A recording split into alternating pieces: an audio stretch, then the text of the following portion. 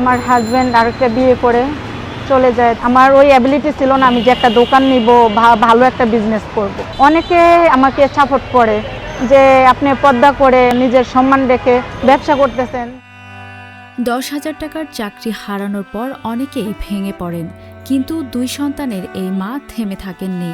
হাসপাতালের চাকরি চলে যাওয়ার পর জীবনের নতুন পথ খুঁজতে পর্দার সাথেই নেমে পড়েন রাস্তায়। শুরু করেন কফি বিক্রি।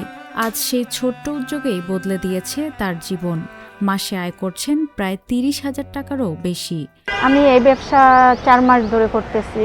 আগে আমি একটা হসপিটালে জব করতাম, তো আমার ওই জবটা এখন নেই। তো আমার বাচ্চাদেরকে নিয়ে আমি অনেক প্রবলেমে আছি, সেই জন্য আমি এই ব্যবসাটা শুরু করছি। প্রতিদিন 100 কাপ বিক্রি হলে 1000 টাকা হয়, আর 150 কাপ হলে 1500 টাকার মতো হয়। শুরুর দিনগুলো সহজ ছিল না।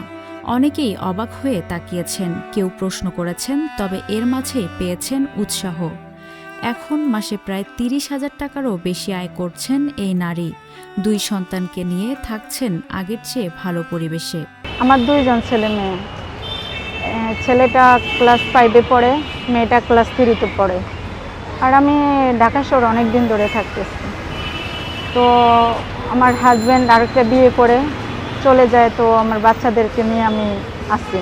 ফার্স্ট টাইম একটু খারাপ লাগছিল, তো অনেকে আমাকে সাপোর্ট করে যে আপনি পর্দা করে আলহামদুলিল্লাহ আপনি নিজের সম্মান রেখে ব্যবসা করতেছেন, নিজে কর্ম করে খাচ্ছেন, তো ভালো, সবাই সাপোর্ট করে। অনেকেই আমাকে স্যালুট দেয়, অনেকে ধন্যবাদ জানায়। মুখে ফিরেছে স্বস্তির হাসি।